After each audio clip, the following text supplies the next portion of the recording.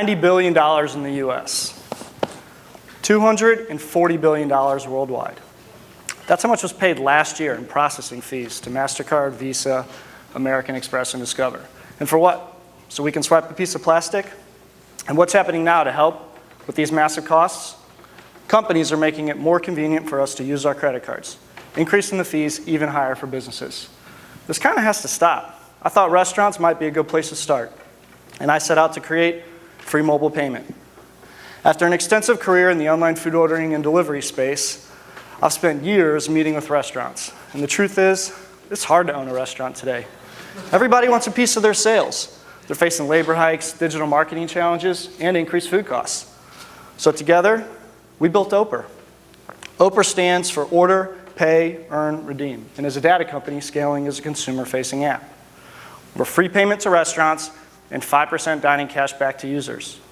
Now, the traditional fee structures for these types of programs are pretty tough to scale. But by removing the friction of cost, we can actually grow our footprint much faster.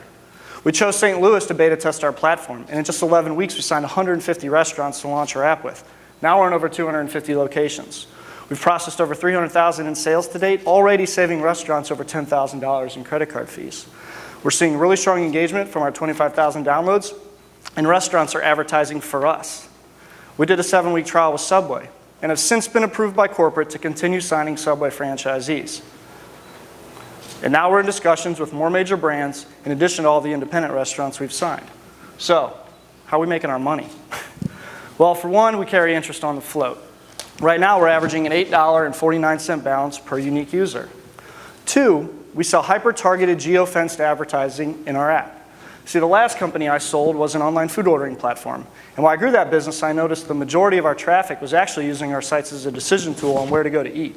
And restaurants are trying to leverage our sites to drive the offline sales. So I built a proprietary hyperlocal advertising platform that allowed us to maintain a 32% advertising adoption rate from our online ordering customers. And 91% of them renewed their advertising for 6 years with zero receivables, driving more revenue in for the company in advertising than in online sales commissions. Almost 10% of OPER's restaurants today are already paying for similar advertising. And eventually, we'll package our data. The SVP of product for IRI Worldwide, the second largest data sales company in the world, invests in our company specifically to take advantage of this opportunity. See, today PCI compliance blocks companies from grabbing transaction level detail in an offline transaction. Citycard knows everything about you and how much you spent, but they don't know what you bought. McDonald's knows what you bought, but they don't know who you are. With our platform, OPER can tell brands in an offline transaction who bought it and what they bought. So who wants to come in? We take OPER. Wow. Very, very good presentation. That was nice. Okay, who goes first? Well, so walk us through how you're moving money around without hitting the fees. Okay. Glad you asked. So this is how I cover the cost. And I learned this model from the last company that I sold. Essentially, the math works out that 30% of the restaurants on our platform will buy into our advertising package. And they will spend up to 15% of their forecasted sales from OPER. So if they think they're going to get $100,000 from our platform in a year, they will spend up to $15,000 a year to get those sales. So they're basically buying advertising, and you're using the margin in the advertising to cover your cost of money. And eventually, as we scale, the interest on the float, but yes.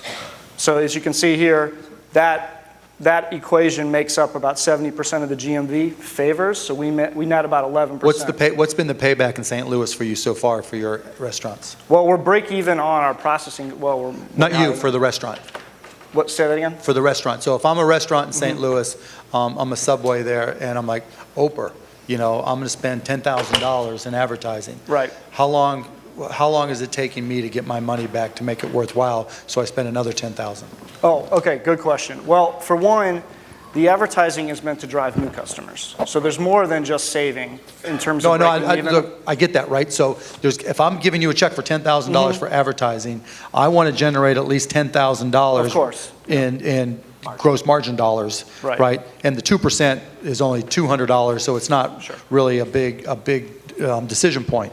Right. How long does it take me to generate $10,000 in margin dollars? Depending on your margins, but we try to give restaurants an 8 to 10 times return on their dollar spend. Over what period of time? Monthly. So If you're spending $1,000 a month, we want to be bringing you 10,000 in sales. Well, you want to be, have you been able to do that? For a couple restaurants. Right now, we're about 5 to 1. So right now, we're bringing a 5 times return from our paying advertisers, and then How restaurants. many paying advertisers do you have? Right now, we're just under 10% of our 240 roughly restaurants. So 20 restaurants are generating a 5 to 1 return, and how much are they spending on average? Or what's the highest amount spent and the lowest The amount highest spent? amount spent is $125 a week, and the lowest is $40. $125 a week? Mm-hmm. And the So, lowest is so $40 a week. 125, so $625. So if it's $10 a head, so you're bringing in about 60 people a week, give or take. But the success of your platform relies on them to use you as advertising. If they used you and they didn't spend money in advertising, then this wouldn't work. Well, the model, and again, these numbers come from the other platform that I built, but the model shows that 70%, the large majority of restaurants will not actually use us for advertising. They'll just use us as a platform and as a way to drive down their credit card processing costs. Then what's your to go back to this question, then how are you covering your costs? Right, where's your revenue It's a coming? 3-in-1 play. So for every one restaurant that buys advertising, they cover the cost for 3 plus our net operating margin of about 9%. So you're subsidizing the ones that don't buy with the ones that do? Correct, because when you buy advertising in this platform, it's native advertising. And if I don't buy the advertising, okay, so they're not, okay, never mind. And what's the benefit for you to have a restaurant on your platform that isn't buying advertising?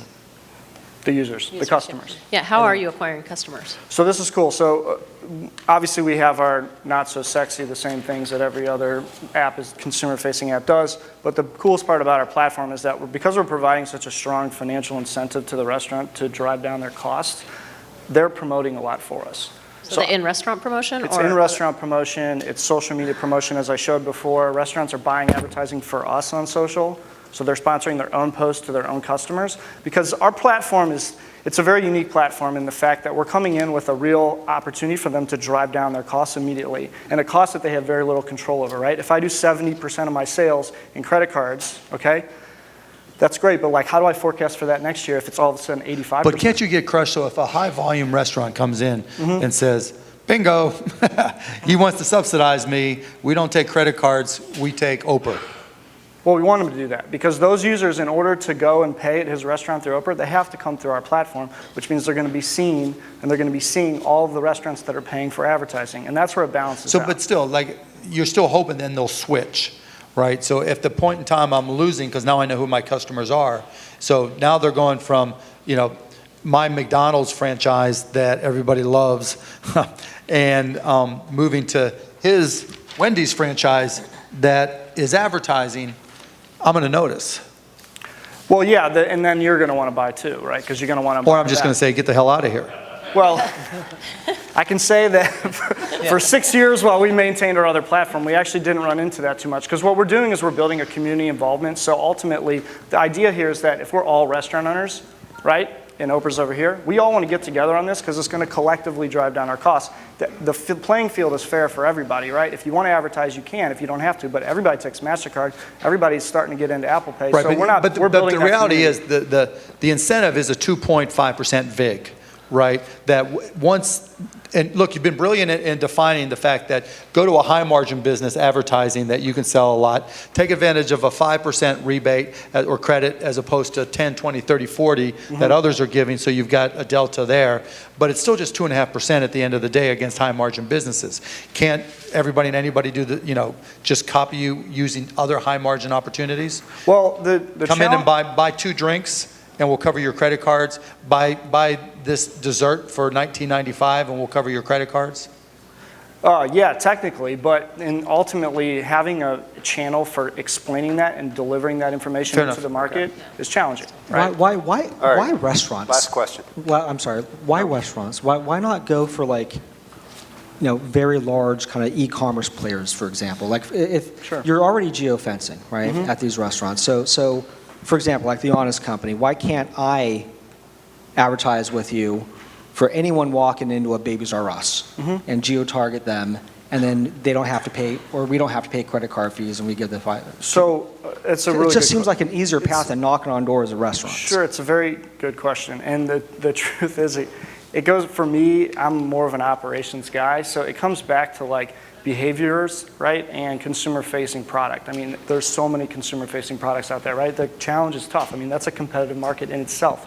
For us, we wanted to identify a behavior that was going to happen so much. Like, yeah, I have kids, so I go to, well, I don't go to Babies R Us, but my boss does. And she buys everything for the family, right? But like, at the end of the day, she's only going maybe once every quarter to get whatever we need from Babies R Us, right? Where I'm going out to eat 3 times a day, 7 days a week, sometimes more. So at the end of the day, we're choosing a behavior and an opportunity to be on the home screen of the cell phone. All right. And restaurants gives us the opportunity. I'm getting all the motions from Bambi here. Hey, great job, David. Cool, thanks.